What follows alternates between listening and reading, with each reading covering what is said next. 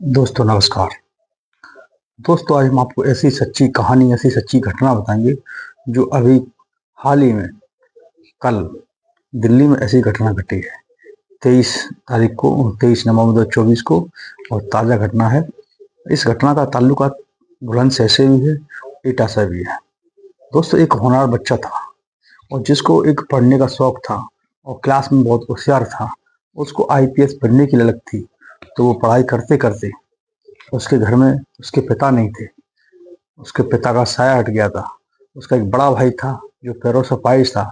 उसकी माँ थी जो मेहनत मजदूरी करके उसको पढ़ाया लिखाया और दिल्ली में वो पढ़ाई लिखाई की। और मूल रूप से ये बुलंदशहर के रहने वाला यूपी का है और ये दिल्ली में जाके इनकी 2018 में भर्ती होती है। तो भर्ती होने के बाद ये सीधी नौकरी लगती है इनकी पुलिस में। तो पुलिस में इनकी भर्ती थी और भर्ती होने के बाद ये इनकी पोस्टिंग आई थी गोविंदपुरी, जो वहाँ पर एरिया पड़ता है, वहीं का एक थाना पड़ता है किशनगढ़। वहाँ पे इनकी ड्यूटी थी, तो बड़े आराम से वहाँ पर अपनी नौकरी कर रहे थे और साथ में अपनी आईपीएस की तैयारी भी कर रहे थे। तो दोस्तों 23 तारीख को घटना क्या घटती है कि वहीं पर एक संगम बिहार के रहने वाले 3 दोस्त होते हैं जो कि नए बच्चे थे, ज़्यादा उम्र नहीं थी, करीब 19 से 20-21 साल के लड़के थे। तीनों दोस्त अपनी एक दोस्त की पार्टी में, बर्थडे पार्टी में वहाँ पर गए थे। तो दोस्तों उसी बीच वहाँ पर एक जो ये तीनों दोस्त थे, ये वापस अपने उस पार्टी से लौट के आ रहे थे। ये वहाँ पर इन्होंने मीट मंदरा, दारू शराब, बियर वगैरह सारी इन्होंने ड्रिंकिंग कर रखी थी और वापस वहाँ से अपने आ रहे थे। गोविंदपुरी से एक मार्ग पड़ता है रविदास मार्ग, उस मार्ग से होकर गुजर रहे थे। तो वहीं पर जो किरण पाल हैं जी सिपाही, जो कि इनके किशनगढ़ में इनकी तैनाती है और वहीं पर नाइट ड्यूटी कर रहे थे। जब इस सुबह वहाँ से निकलते हैं तो उसी मोड़ पर गली नंबर 1 और गली नंबर 3 में होके गुजरते हैं। तो रास्ते में खड़े ये 3 नंबर पे खड़े मिल जाते हैं। तो तीनों लोग स्कूटर से जा रहे थे, तो इनको कुछ शक होता है। तो ये किरण पाल सिपाही उनको रोक लेता है। इन तीनों लोगों को जब रोक लेता है तो उनसे पूछताछ की जाती है कि आप लोग इतनी बजे कहाँ से आ रहे हैं। कुछ संदिग्ध परिस्थिति लगती है। इनका फोन वो पुलिस वाला इनसे हाथ में छुड़ा लेता है और फोन में पता करने लगते हैं कहीं कोई गलत गतिविधि करके तो नहीं आए ये लोग। सुबह का टाइम हो रहा था 5 बजे का। तो उसके बाद वो उसका फ़ोन ले लेते हैं किरणपाल, जिसमें एक लड़का होता है, 3 लड़के थे। 3 एक दीपक होता है, एक राघव होता है और एक कृष। ये 3 लड़के थे, स्कूटी पे बैठे हुए थे।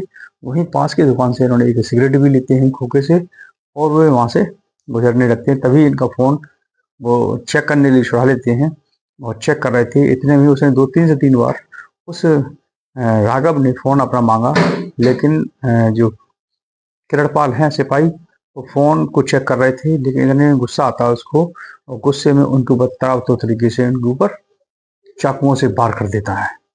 जब वो वार कर देता है तो वहीं पर वो गिर जाते। सुबह का टाइम था, वहाँ आस-पास लोगों ने किसी ने देखा नहीं। अगर कोई देखता तो उनकी तुरंत ही सूचना अगर पुलिस के पास पहुँच जाती या आस-पास के लोग कोई इनको मदद कर दे। सुबह का टाइम था, सर्दी का टाइम है, लोग अपने-अपने घरों में सो रहे थे। कुछ ही लोग थे 4 से 5 बजे वहाँ पर होंगे और वहाँ पर पड़े थे, खून से लथपथ थे। वहीं इनकी मोटरसाइकिल खड़ी हुई थी और ये वहाँ से उसके साथ में इतना बड़ा हादसा करके वहाँ से भाग जाते हैं।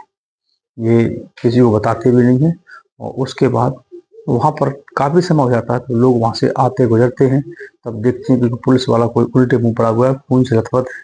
तो तुरंत ही उनकी सूचना नज़दीकी थाने में जाती है और वजह दी जाती है। तो पुलिस तुरंत वहाँ पर आती है और उनको तुरंत ही लोगों के सहयोग से उनके पास के हॉस्पिटल ले जाते हैं और वहाँ के जो पुलिस वाले होते हैं वो भी कहते हैं कितना ही पैसा खर्च हो जाए, इनको बचाने की पूरी कोशिश करो। लेकिन तब तक उनकी जीवन लीला समाप्त हो गई थी।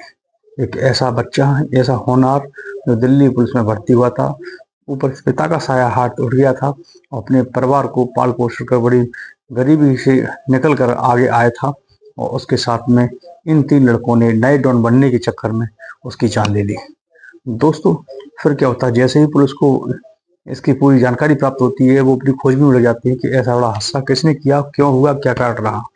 फिर वहाँ की जो पुलिस होती है, उनको आदेश दिल्ली पुलिस, वहाँ के जो ऐसे बड़े निर्देशक होते हैं पुलिस के, उनको आदेश देती है दिल्ली पुलिस कि जिसकी छानबीन करो, कौन है उसको तुरंत पकड़ो तो वहाँ के सीसीटीवी कैमरे लगे होते, उनमें से उनको खंगाला जाता है। तो वहाँ वो 3 लोग उस स्कूटी पे निकलते हुए दिखाई दे रहे हैं। फिर उनके फ़ोटो वगैरह निकाले जाते हैं, उनको सर्वेलेंस लिया जाता है, तो उनकी लोकेशन मिल जाती है, जिसमें से एक लड़का होता है क्रश, बहुत बड़ी आसानी से मिल जाता है और उसको जब मिल जाता है तो उससे पूछताछ करते हैं, तो वो सारी कहानी बयाँ कर देता है। इसमें एक दूसरा दोस्त होता है इनका दीपक, पुलिस वहाँ पहुँचती है, वहाँ की घेराबंदी करती है, उसके पैर में गोली मारी जाती है और वो उसको भी अरेस्ट कर लिया जाता है। जो तीसरा जो व्यक्ति था, जो राघव उर्फ रॉकी, जिसने उस पुलिस कांस्टेबल के ऊपर चाकुओं से वार किया था, वो मेन अपराधी था और वो संगम विहार में उसकी लोकेशन ट्रेस की जाती है। तो पुलिस चारों तरफ से घेर लेती है और वो अपने बचाव पक्ष के लिए पुलिस पर गोली चलाना चालू कर देता है, जिसमें कई राउंड गोली चलती है। पुलिस भी एक पुलिस के अधिकारी पर भी गोली लगती है, लेकिन उसको ब्लड प्रूफ एक जैकेट पहने हुए थे, जिससे वो बच जाते हैं। जवाबी कार्रवाई में आत्मरक्षा की सुरक्षा के लिए पुलिस ने भी गोली चलाते हैं, जिससे उसको सीने में गोली लगती है और उसको हॉस्पिटल ले जाते हैं वहाँ पर, लेकिन उसकी जान चली जाती है। तो वहाँ पर एक कांस्टेबल के जो हत्या हुई थी, उसमें मेन अपराधी जो था वो रॉकी था। तो उसको पुलिस ने, दिल्ली पुलिस ने उसे एनकाउंटर कर दिया उसका। लेकिन देखिए, उसकी उम्र मात्र महज 19 वर्ष थी और वो नशे का आदी हो गया था, शराब पीता था और सारे तरफ से उसको एक अपना एक रौब दिखाता था पिस्टल लेकर अपने इंस्टाग्राम आईडी पर, जो उसके सोशल मीडिया पर वायरल करता था, गाने फाने लगा के करता था। और आप देख सकते हो, इसका फोटो मैं आपको दिखा रहा हूँ। ये डॉन के चक्कर में कहते हैं कच्ची उम्र में डॉन बनना चाह रहा था, और जिसमें अपनी और दूसरे की जान चली गई।